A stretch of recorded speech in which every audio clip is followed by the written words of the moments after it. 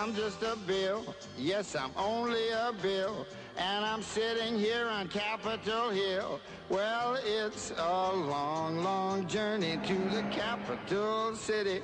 It's a long, long wait while I'm sitting in committee. But I know I'll be a law someday. At least I hope and pray that I will. But today I am still just a bill.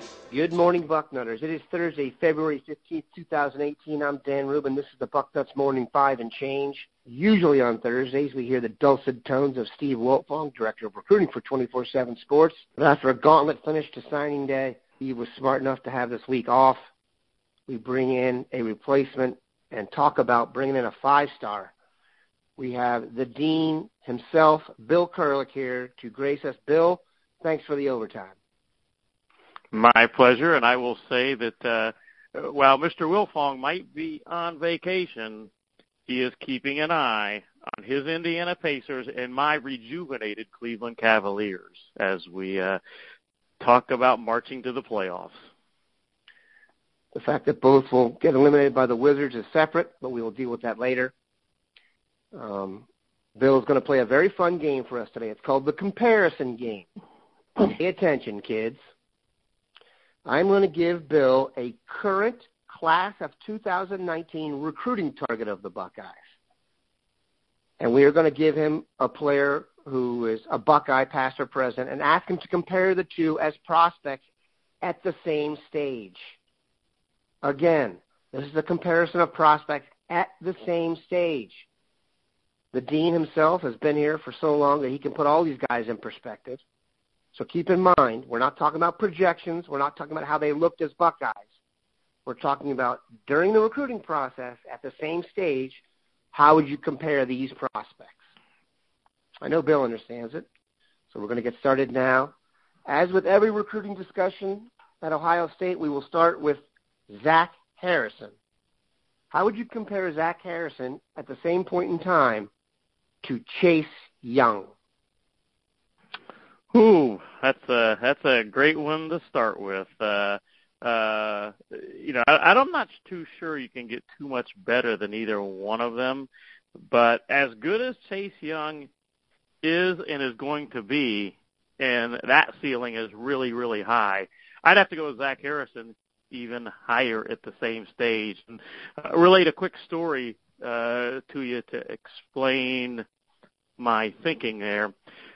When he was up, Zach Harrison in Cleveland at the opening regional, he put up numbers that were just incredible. And I was talking to his mother at that event, and she wasn't totally familiar with how those numbers work and what they meant as far as Zach.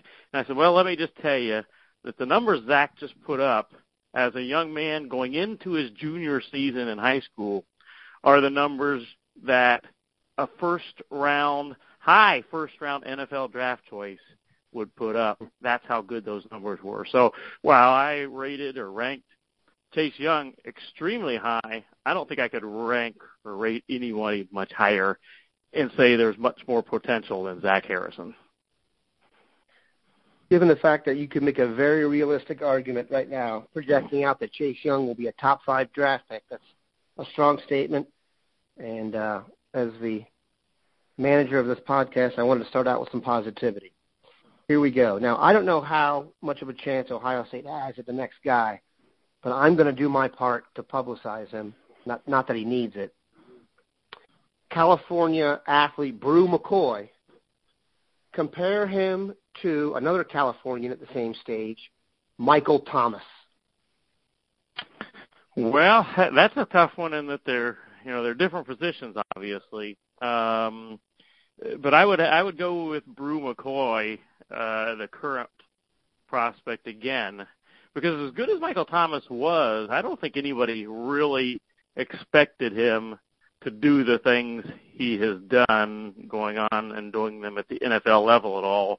While Brew McCoy, I think there's a reasonable expectation that this guy is going to be not only a great player in college, but go on to be a great prospect or a great player in the NFL. And as far as, you mentioned, Dan, the chances, Ohio State does have a chance there. I'm not saying they're going to get him. In fact, I wouldn't call Ohio State the leader. But in my conversations with Brew, there is a very legitimate interest in Ohio State. He's going to visit on his tour, and he starts doing that later in the spring and all. And it'll come down to how much he likes things and all. But as far as his athletic ability and all that, I think he's almost off the charts, and I'll go through McCoy. I would agree. Like I said, most physical perimeter player I've seen in a long time. Just a no-brainer. Okay, offensive tackle Darnell Wright, this stage, compared to Thayer Munford, current Buckeye, and a guy a lot of people think could eventually be the left tackle here.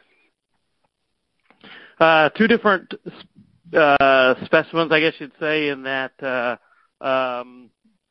Thayer Munford, it was all a matter of him getting in great shape and all, and taking his weight down to the level it needed to be at. So he was not overly high ranked because he had to get that done, and he did. Darnell Wright, very high ranked. I think, though, while I like the potential coming out of high school more, or at the same stage in high school, more of Wright than I did of Munford, I think Munford might have the higher ceiling now that he's reached the college level, because I think, again, he is developing from someone that just needs to get in shape and things like that to an outstanding football player who I think has a high ceiling at Ohio State now. Yeah, Mumford's going to end up being a gem recruiting-wise when it's all said and done in terms of the finish and stuff. Okay, safety Daxton Hill, and New Orleans Saint, former Buckeye, or always a Buckeye, Von Bell. I'll have to go with Von Bell on that one. I think, watching him and his film in high school, I'm not sure I could have had. He was the prototype safety type guy coming out of high school, and it was pretty obvious he had all the athletic ability to become a great player, not only in college but Ohio State. So I've definitely got to go with Bell on that one. Yeah, Bell was a stud. We probably took him for granted. I was thinking back, and you look at the cacophony of talent we had, but in terms of a career, that dude had a great one, starting with a wonderful commitment. Here's a good one, I think. Ronnie Hickman, the New Jersey athlete. Parris Campbell, the Akron athlete. Oh, that's another interesting situation. I went up and watched Parris Campbell play in high school and couldn't have come away much more impressed. I just thought this guy is such a tremendous athlete. He can do it on both sides of the ball. Ronnie Hickman also, as you kind of alluded to, Dan, outstanding athlete. But I'm going to go with Parris Campbell. I always felt like he had the potential just to be an outstanding player, not only at Ohio State, but at the next level. And it'll be interesting to see what happens this year with him. But I loved Parris Campbell from the first time I saw him play in person in high school. Yeah, I think Parris is one of those guys that I know Buckeye fans are down on a little bit at times, just because, he does not have good hands. He can't catch. If he could somehow have a year where he could string together some catches, when you see him run down the sideline, that is elite NFL speed, talent, whatever you want to call it. And you only have to convince one NFL team to fall in love with you. And I have a feeling if he has a great year, put it this way, there is not a doubt in my mind that Parris Campbell is a 10-year NFL player. I'm not saying he's going to be a star or anything like that, but there's just not that many athletes walking planet Earth. I'm just telling you, and you know that. When you see him in person, go ahead. And I agree. When I saw him in high school, his athletic ability and speed just jumped out playing against good competition. I mean, he was just different than most people just about everyone else on the field when it came to athletic ability and speed. You know, he was just different. To me, the easiest evaluation of people back in the day would be if you played Ohio State and you ran away from Ohio State players, you were going to be a good pro. I remember watching Jamal Charles as a freshman at Texas just run away from the Buckeyes and thinking, wow. So Parris Campbell has that kind of speed. It's just he's blessed. Parris Campbell could have been, I'm not exaggerating, an Olympic track kind of competitor if that was what he would have chosen to do. So we just got to teach him how to get us some Lester Hayes Stickum. Okay, here's an interesting one. Cade Stover and Baron Browning. Oh, yeah. Again, two outstanding high school football players. But when it comes to at the same place in high school, I would go with Baron Browning on that one, and I like both of those young men a lot. I think Cade Stover, you watch him, he can dunk a basketball in some very creative ways. He is a quarterback. He's a outstanding linebacker. He's a safety. He's got quite the athletic package. He really does. But having said that, coming out of high school at the same spot, same place in high school, Baron Browning, I think again, I had him as good as any linebacker in the entire country at that point. So I'd have to give the edge there to Browning, though I think Cade Stover is just an outstanding prospect. The only one ahead of him, in my opinion, in the state of Ohio right now is Zach Harrison. Not bad company. Baron Browning is a guy that we are going to hear a lot from. I think he's going to be sane Rolando McClain. So that's a large statement, but you just don't see. I mean, when you look out on the field now, Browning, Jordan Fuller's kind of like this. Their helmets are above everybody else's. They're just big dudes.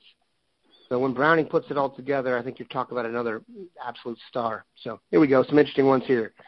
Graham Mertz or Matthew Baldwin? When you go at the same stage, which is what we said this was going to be, you got to go with Graham Mertz because at this stage for Matthew Baldwin, prior to his senior year, he wasn't even a starter. Of course, a lot of that had to do with the school he was at and who that school had. But still, you didn't know for sure what you were getting with Matthew Baldwin at this stage the spring prior to his senior year. So for that reason, you know what you're getting in Mertz. You've seen him. He's been productive and all that.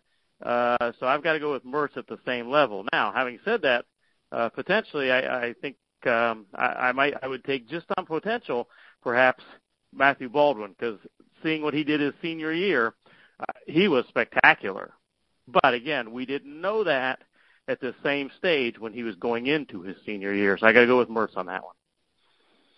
Okay, last one is a pair of Indiana running backs. Samson James, current Cowboy, Rod Smith. I got to go with Rod Smith on that one. He's a young man I really liked. Thought he had an outstanding package of size, speed, athletic ability, could run inside, outside. I really, really liked him. So as much as I like Samson, I got to go with Rod on that one. Which is disappointing because, as it turns out, Rod Smith, not that good at football. Great athlete. Trust me, I'm a Cowboys fan too. There's no one you'd want to get off the plane first more than Rod Smith. It's just he's not the most gifted football player ever. That said, it helps to be about 6'2" and 245 pounds and run like the wind. Bill, just to kind of tidy things up here, can you give everybody an update on where we are on the recruiting calendar, what the guys are doing this week? You had an awesome story I think everybody should go check out. It lets them know which recruits Urban is actually talking to and how it's broken down among the staff. But what's the staff doing right now? What's the next week or so look like? Well, the thing that is going to be so much different this year, and I was just thinking about this, how close we are to official visits for the juniors. First time ever, juniors, kids that are going into their senior year can take official visits. And I was thinking about this morning, that we are literally just a month and a half away from these kids being able to make official visits. Starting in April, they can make official visits to colleges. So I think, at this point, the coaches are staying in contact, and kids are formulating their ideas, their plans of, are they going to take official visits in the spring, or are they going to wait? I did a story on Kane Patterson. He's probably going to wait. He's probably not going to do his official visits come the spring. He'll probably wait and take those in the fall. On the other hand, Jaden Davis, a defensive back out of Aquinas High School, he wants to get things moving. He even let Ohio State know fairly recently that I want to get my recruitment moving. I want to get it ahead as far as I can, so I'm going to get those official visits done for the most part in the spring, and he's already got official visits scheduled to Ohio State and Oklahoma. Michael Tarquin's the same way, the offensive lineman. So I think the key thing now is that the coaches are going to be working with these kids, and the kids are going to be working with the coaches on where do you want to be in the recruitment process, your timeline, and which ones do we need to get in on official visits starting in April. They can make official visits now, April, May, and June, changing the whole landscape of recruiting over the next few months. We appreciate Bill stopping by. And Bucknutters, you know one thing. Whatever happens in recruiting, we will be all over it. Have a good one, Bucknutters.